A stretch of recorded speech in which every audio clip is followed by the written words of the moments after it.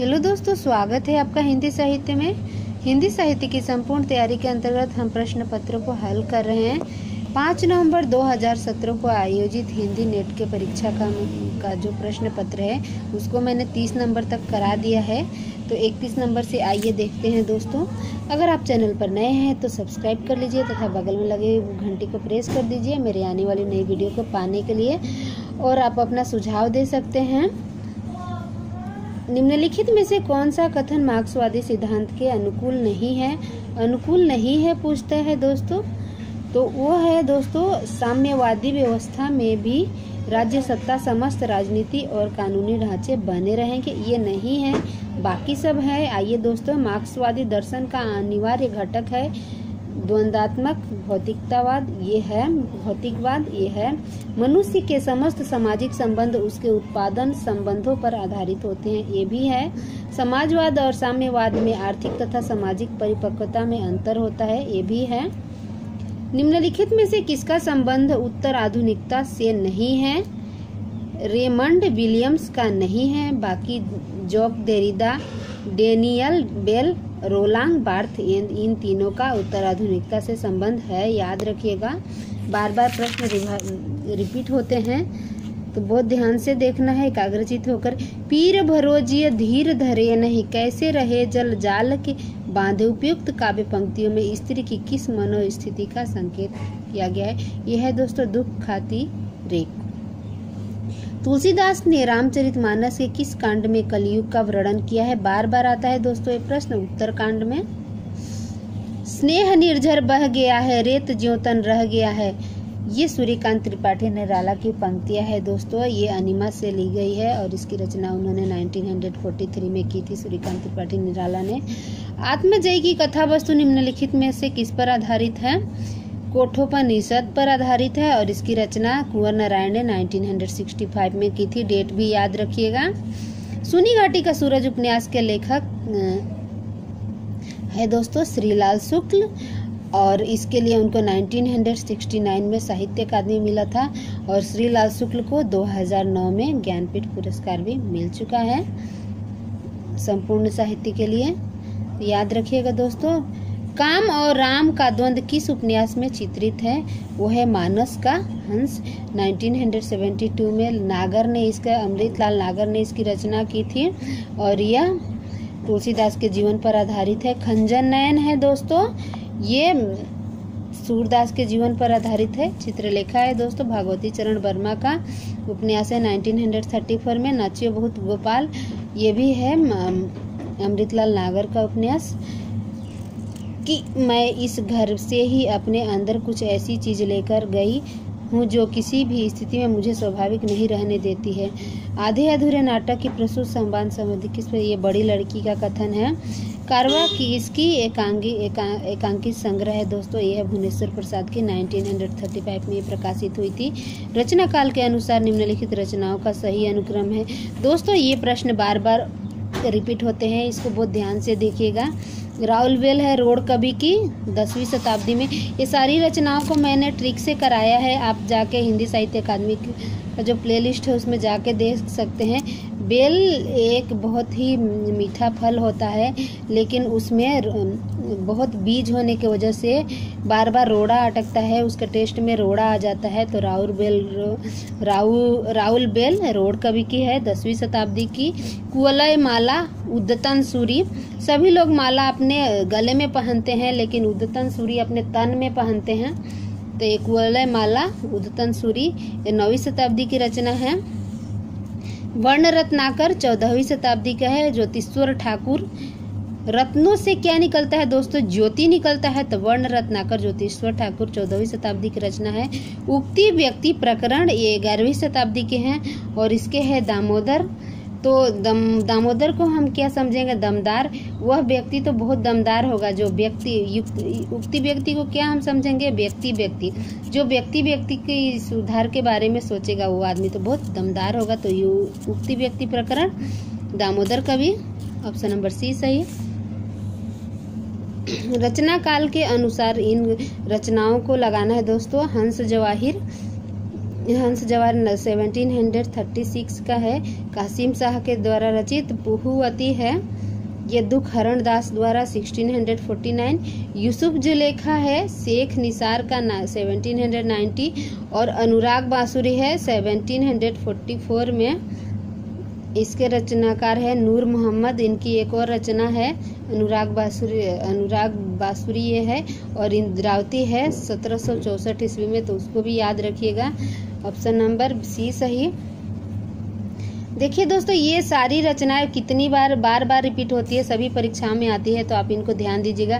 कृतिलता का समय है दोस्तों 403 ईस्वी। भक्तमाल है नाभादास द्वारा 1585 का। छिताई वार्ता है नारायण दास द्वारा 1590 और चित्रावली है उस्मान द्वारा 1513 ईस्वी का। तो इसमें सबसे पुरानी रचना होती है दोस्तों 1403 ईस्वी का कृतिलता, और इसके रचनाकार है विद्यापति। तो कृतिलता ऑप्शन नंबर ए में है प्रथम में, तो ये सही है। प्रकाशन वर्ष के अनुसार आगे की निम्नलिखित रचनाओं का सही अनुक्रम बार आते हैं दोस्तों, आगे बहुत इंपॉर्टेंट है। इत्लियम का समय है 1946, अंगन के पार द्वार 1961, हरी घास पर छड़वर 1949, कितनी नाव में कितनी बार 1967, और 1967 में इसकी रचना की थी, और 1978 में कितनी नाव में कितनी बार के लिए इनको ज्ञानपीठ पुरस्कार मिला था।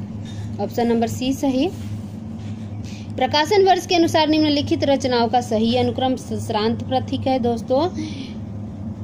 श्रीधर पाठक का 1902 में, प्रेम माधुरी है 1870 में भारतेंदु का, वन मिलन है दोस्तों राम नरेश त्रिपाठी का 1917 में, प्रिय प्रवास है 1914 में, ये अयोध्या सिंह उपाध्याय का है। ये हिंदी खड़ी बोली का प्रथम महाकाव्य है, इसमें 17 सर्ग है, और इसके लिए उनको मंगला प्रसाद पारितोषिक पुरस्कार मिला था। याद रखिएगा इन बातों को दोस्तों। ऑप्शन नंबर डी सही। प्रकाशन वर्ष के अनुसार महादेवी वर्मा के निम्नलिखित रचनाओं का नीर नी याद कर ले दोस्तों। नीर नी, तो नी से निहार, नी से नी, र से रश्मि, नी से निर्जा, तो ये उसका सही अनुक्रम होगा दोस्तों। लास्ट में दीप शिखा है, इसका समय भी देख लें। निहार का है 1930, दीप शिखा 1942, निर्जा 1935, रश्मि 1932। ऑप्शन नंबर डी सही। जन्म काल के अनुसार निम्नलिखित रचनाकारों का दोस्तों बार ये भी रिपीट होता है। देखिए, शमशेर बहादुर का 1911, Bhawani Prasad 1913, Gajanan Madhav Muktibodh 17, Bharat Bhushan Agrawal 1919। Option number A सही है। उपन्यासों को उनके रचना काल के अनुसार लगाना है दोस्तों। श्यामली का है 1887, कठगुलाब 1896, चितकोबरा है 1979, और आपका बंटी 1971। सबसे नई रचना होती है 1996 की, और ये है दोस्तों कठगुलाब, ये ऑप्शन नंबर बी में। प्रकाशन वर्ष के अनुसार निम्नलिखित कहानियों का सही अनुक्रम है दोस्तों। ये क्रिकेट मैच 1937 में इनकी सबसे लास्ट की रचना है। तो ये देखिए कौन सा ऑप्शन है क्रिकेट मैच। 1937 में कफन है 1935 में, बड़े भाई 1934 में, दो बैलों की कथा 1931 में। तो ये ऑप्शन नंबर सी सही है।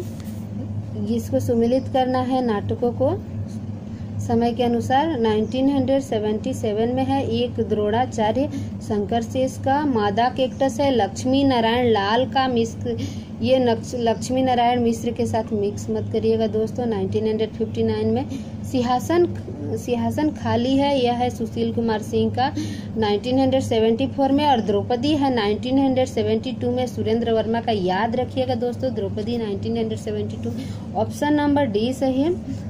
प्रकाशन वर्ष के अनुसार निम्नलिखित आलोचना ग्रंथों का सही अनुक्रम है दोस्तों। वाद विवाद संवाद, ये है नामवर सिंह का 1989, साहित्य और इतिहास दृष्टि मैनेजर पांडे का 1981, और मुक्ति बोध का 1961 में है। कमायनी एक पुनर्विचार बार रिपीट होता है दोस्तों। ये प्रेमचंद और उनका युग का रामविलास शर्मा है, इसका रचना काल है 1952। ऑप्शन नंबर सी सही है।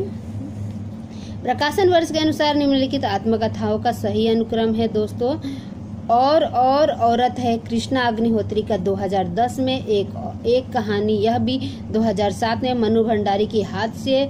रमणिका गुप्ता 2005 में। कस्तूरी कुंडल बसे, यह है मैत्रेयी पुष्पा का 2002 में। ऑप्शन नंबर सी सही। प्रकाशन वर्ष के अनुसार निम्नलिखित नाटकों का सही अनुक्रम है। आधे अधूरे, ये है मोहन राकेश का 1969 में। अंधा युग 1955 में। इसके लक्ष्मी नारायण लाल है इसके लेखक इस नाटक के। और अंधा युग का है धर्मवीर भारती का है अंधा युग। अंधा कुआं लक्ष्मी नारायण लाल का है, याद रखिएगा ये अंधा युग है और यह धर्मवीर भारती का है। दोनों नाटकों का समय सेम ही है 1955। स्कंदगुप्त 1928 का है, इसके है जयशंकर प्रसाद। भारत जन्नी है भारतेंदु का 1877। तो सही अनुक्रम है सी नंबर। इसको भी सुमेलित करना है दोस्तों। निम्नलिखित काव्य ग्रंथों को कालानुक्रम लगाना है दोस्तों। साहित्य दर्पण है विश्वनाथ द्वारा 14वीं शताब्दी में। कुंतक द्वारा 10वीं शताब्दी में है वक्रोक्ति जीवतम।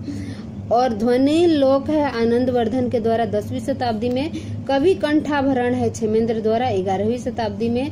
सही ऑप्शन है डी। निम्नलिखित मार्क्सवादी चिंतकों का कालानुक्रम सही अनुक्रम है। याद कीजिएगा दोस्तों, इनका जो जीवन काल है कार्ल मार्क्स का है 1818 से 1883।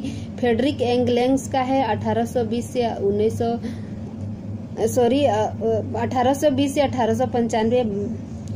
व्लादिमीर का है 1870 से 1924। और माओ त्से तुंग का है 1893 से 1976। ऑप्शन नंबर ए सही। आशा है दोस्तों मेरी वीडियो आपके लिए लाभप्रद साबित हुई होगी। अधिक से अधिक लोगों तक मेरी वीडियो को पहुंचाइए। ये आपका ही चैनल है, आप कमेंट कर सकते हैं, आप अपना सुझाव दे सकते हैं। थैंक यू दोस्तों मेरी वीडियो को देखने के लिए।